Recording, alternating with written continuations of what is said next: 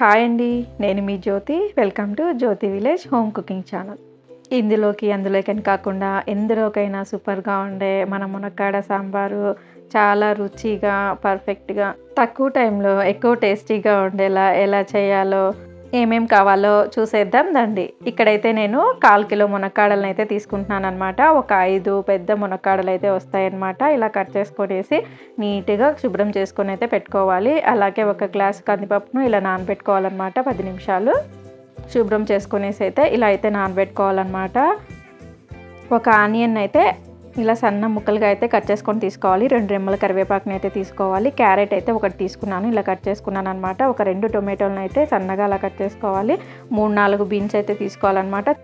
చిన్న నిమ్మకాయ సైజ్ అంతా చింతపండుని తీసుకొని అలా నానబెట్టుకోవాలి. ఇప్పుడైతే కడాయి పెట్టుకునేసి 1 టేబుల్ స్పూన్ అయితే ఆయిల్ అయితే వేసేసుకుందాము. ఇప్పుడైతే తిరువాత దినుసులు ఉంటాయి కదా, ఆవాలు, జీలకర్ర, ఎండుమిర్చి అయితే వేసుకోవాలి. ఇలా వేసుకున్న తర్వాత మనం కట్ చేసి పెట్టుకున్న ఆనియన్ను, కరివేపాకును కూడా వేసేసి మీడియం ఫ్లేమ్లో పెట్టుకొని బాగా వేయించుకోవాలి అన్నమాట. మరీ ఎక్కువ వేగన అవసరం లేదు, కొద్దిగా వేగితే సరిపోతుందన్నమాట. ఇప్పుడు మనం తీసుకున్న కందిపప్పును అయితే కుక్కర్కి వేసేసి 4 విజిల్స్ అయితే పెట్టేసుకుందాము. చూడండి, ఇలా వేగిన తర్వాత టొమాటో అయితే వేస్తున్నాను. టొమాటో వేసేసి బాగా కలుపుకుందాము. ఒక 3 నిమిషాలు అయితే పెట్టేసుకుందాము. టొమాటో అయితే బాగా మగ్గిపోతుంది. టొమాటో మగ్గిన తర్వాత కొద్దిగా పసుపు, 1 స్పూన్ సాల్ట్, అదేవిధంగా 1 స్పూన్ సాంబార్ పొడి అయితే వేసుకుంటున్నాను. 1 స్పూను కారం పొడి కూడా వేద్దాము. 1 స్పూను ధనియాల పొడి కూడా యాడ్ చేసుకుందాము. ఇలా వేసేసుకునేసి బాగా కలుపుకోవాలన్నమాట. ఇలా బాగా కలుపుకున్న తర్వాత 1 నిమిషం పెట్టిన తర్వాత మనం కట్ చేసి పెట్టుకున్నాం కదా మునక్కాయలు, అవైతే వేసేసుకుందాము. క్యారెట్, బీన్స్ కూడా అయితే యాడ్ చేస్తున్నాను అనమాట. మనం తీసుకున్న వెజిటేబుల్స్ అన్నీ ఇక్కడైతే యాడ్ చేసేసుకుందాము. ఇలా యాడ్ చేసుకున్న తర్వాత బాగా కలుపుకోవాలన్నమాట. ఆ మసాలా అనేది వెజిటేబుల్స్కి పట్టే విధంగా బాగా కలుపుకోవాలి. ఇలా సాంబార్ చేసుకుంటే మొత్తం సాంబారే తాగేస్తారనమాట, అంత టేస్టీగా ఉంటుంది.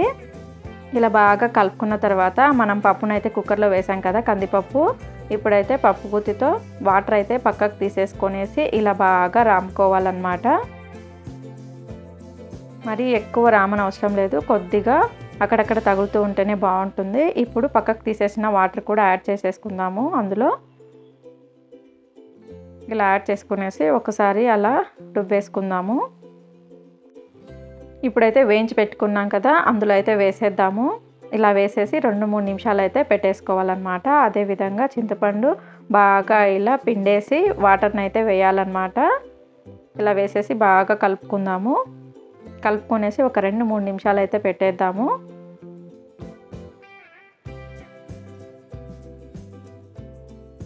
ఇలా కలుపుకొనేసి 2-3 నిమిషాలు పెట్టిన తర్వాత ఇప్పుడైతే వాటర్ అయితే యాడ్ చేసుకుందాము. 1 గ్లాసు.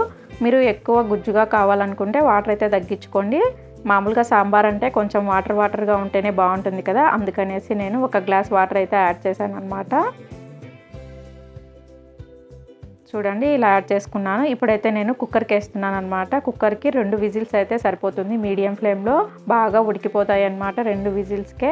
లేదంటే మీరు ముందే అయినా మునక్కాడల్ని వేసేసుకొనేసి కుక్కర్లో అయితే పెట్టేసుకొనేసి అయితే యాడ్ చేసుకోవచ్చు అనమాట. నేను ఇలా ట్రాన్స్ఫర్ చేసుకొని అయితే చేస్తున్నాను. 2 విజిల్స్ తర్వాత అయితే చూపిస్తున్నాను. మునక్కాడ అయితే బాగా ఉడికిపోయిందనమాట. మనం వేసుకున్న వెజిటేబుల్స్ అన్నీ చూడండి, చూపిస్తున్నాను, బాగా ఉడికిపోయింది. అలా వేడి అన్నంలోకి ఇలా సాంబార్ వేసుకొని తింటే సూపర్గా ఉంటుందన్నమాట. అన్నంలోకే కాదండి, చపాతీ పూరీలకు కూడా సూపర్గా ఉంటుంది. మరి ఎందుకు ఆలస్యం, జొన్న రొట్టెలకైతే ఇంకా సూపర్గా ఉంటుందన్నమాట. మరి ఎందుకు ఆలస్యం, తప్పకుండా అయితే మీరు కూడా ట్రై చేయండి.